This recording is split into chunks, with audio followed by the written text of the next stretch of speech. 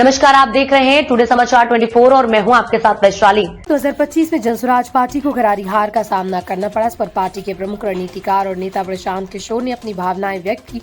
उन्होंने कहा, चुनाव के नतीजे उन्हें बहुत प्रभावित किया और वो सही से नहीं ले पा रहे। प्रशांत किशोर ने हार को चुनौती के रूप में लिया और अपनी पार्टी के साथ बिहार में अपनी लड़ाई जारी रखने का संकल्प जताया। प्रशांत किशोर ने स्पष्ट किया कि जनसुराज चुनावी मुकाबले में सफलता हासिल नहीं कर सके, लेकिन उनका मकसद केवल चुनाव जीतना नहीं था।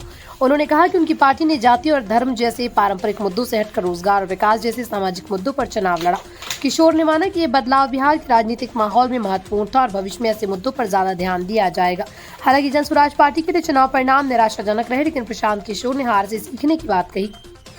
उन्होंने कहा, चुनाव प्रक्रिया से जो अनुभव मिला उसे वो बेहतर रणनीतियों के लिए इस्तेमाल करेंगे। उन्होंने माना कि बिहार के मतदाता अभी भी जाति धर्म आधारित राजनीति को प्राथमिकता देते हैं, जिसे धीरे धीरे बदलना होगा। प्रशांत किशोर ने कहा कि वो हार को अंत नहीं बल्कि नए आरंभ के रूप में देख रहे हैं। उन्होंने कहा कि जनसुराज पार्टी बिहार में विकास और रोजगार के मुद्दों को लेकर लगातार काम करेगी। किशोर ने यह भी कहा कि वो बिहार के युवाओं को सशक्त बनाने और राजनीतिक जागरूकता फैलाने के लिए प्रतिबद्ध है। उनका मानना है कि सामाजिक बदलाव समय लेता है, लेकिन वो अवश्य होता है।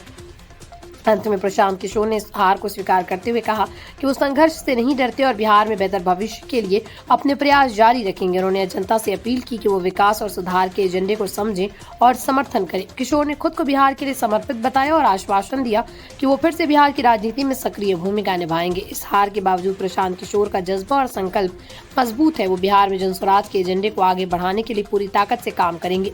आने वाले दिनों में उनका ये संघर्ष बिहार की राजनीति में नए बदलाव की दिशा में महत्वपूर्ण साबित हो सकता है।